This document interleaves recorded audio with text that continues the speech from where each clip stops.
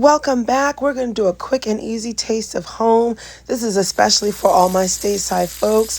First, we're going to start with our eggs. You got some butter and some olive oil. I like to use brown eggs, organic if possible, because these are just like the eggs that you will pull up from your granny's yard. At least my grandmother used to complain about the hens laying eggs all over the place. You add your black pepper. Do not add salt in here now. This will change chemically the composition of the eggs, so you don't want to add salt. And traditionally in the VI, we just put our eggs in the pan and we just start to scramble. But this is more of the stateside version, if you will, to get big fluffy eggs. So what you want to do is whip, whip, whip, whip, whip. See how I'm keeping that in just one motion? I turn my ball.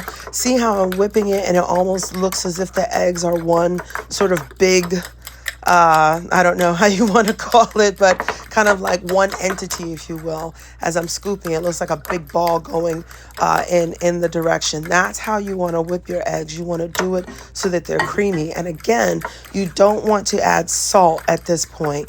Turn your bowl, keep whipping, and that's the way you do it. So your butter and olive oil are on low heat. You add your eggs, okay?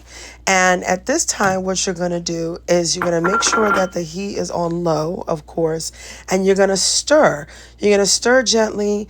You're going to try to get around the edges, and what you're trying to do is mix in the butter and the olive oil into the eggs so that they can be in there as they cook. See, we've got relatively medium-low heat.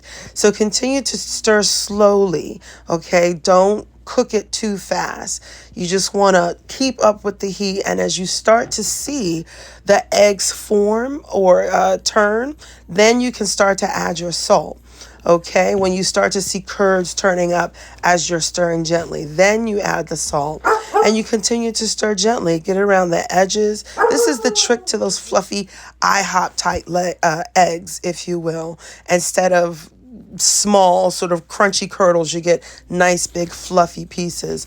And at this stage, again, you're pulling off from the side, you're pulling up from the bottom, you're stirring, you're not turning the heat up, you're still keeping it on low. It's almost as if you're cooking a custard. That's why you're going low and slow with the eggs. That's what keeps them fluffy and creamy. Meanwhile, I've got my bush tea going on. If you think you can't find soursop or bush tea, guayabana is the Spanish word for soursop, so you can find that in the international store. We all know that. We grew up like that. It's just the traditional way of making your bush tea. You put it in, you boil. Remember, with dehydrated leaves, opposed to fresh leaves we pick fresh off the tree, it takes a little while. You are still cooking and slowly stirring those eggs, okay?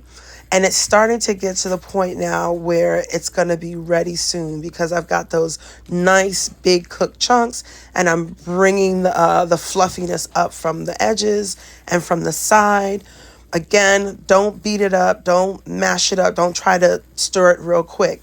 That's not how you're going to get these nice and fluffy eggs. And I like to finish mine off, if you will. Seems a little indulgent. And remember, we kept the heat on low. All right, but now we're going to turn it off, and we've got these beautiful fluffy eggs. I like to finish mine off with a little bit of butter. That's actually country crock because I'm trying to watch my cholesterol. So you add bread, you add cheese, you add fruit. I like to put a few fresh herbs on top of my eggs, whether it's cilantro, whether it's parsley. I have a little bit of time, and I've got my bush tea next to me. So what else do you need? Every Crucian I know starts their day with some bread and cheese. Usually we have boiled eggs, but now we have some fresh fluffy eggs, and we always have fruit on the side as well as our bush tea. So it's not difficult to bring these tastes of home to your kitchen very quickly. It doesn't take a whole lot. It just takes, I don't know, just a little, not even that much imagination. We've got our basics there, and we are good to go with as close as home to possible. Thank you so much for watching. Wear your mask. Measles is real, and see you next time.